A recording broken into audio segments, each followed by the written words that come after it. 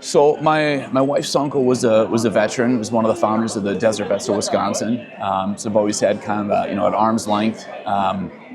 Had known them, and her family had participated in this event a number of times through the years. I knew Bobby Klatt and Will Koch and a lot of those guys from other parts of life, and kind of saw from a distance what they were doing, and just felt like getting involved this year and supporting the cause. Yeah, that's and a former coworker, Megan Cooper. I think she spearheads the fundraising for HOOAH WI. So it's that's one of the cool things about Green Bay is it's such a small town. Everybody kind of knows everybody. Just even walking through here, it's like, oh, I know that person, and that's kind of a neat thing. And it's kind of cool parking and just seeing everybody kind of come rolling in and with their cup of coffee and getting ready for today. Dennis is doing great. He had one spot yet that he had to go in for for radiation.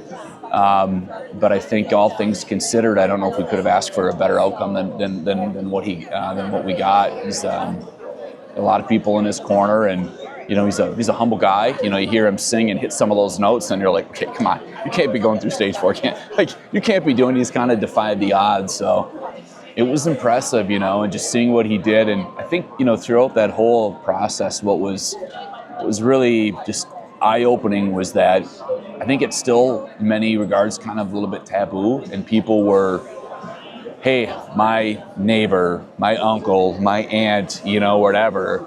I think they saw a lot of the things that he was doing, and he kind of inspired a lot of people to go out there and do stuff. And it was, I was able to log some miles over the last couple of months or so. I had some friends that came along, and then yeah, I think so. It's a different workout than I'm used to, and we get to play down in Milwaukee tonight. So we'll see how I'm doing come 11 o'clock when we're halfway through the show tonight. But and then fortunately, we get a little bit of downtime around the holidays. A couple of us like to go deer hunting, so we'll take some time off to do that. And then December, handful of shows. January, we've got a couple. And then we've got our big trip to Mexico at the end of January that we're doing again.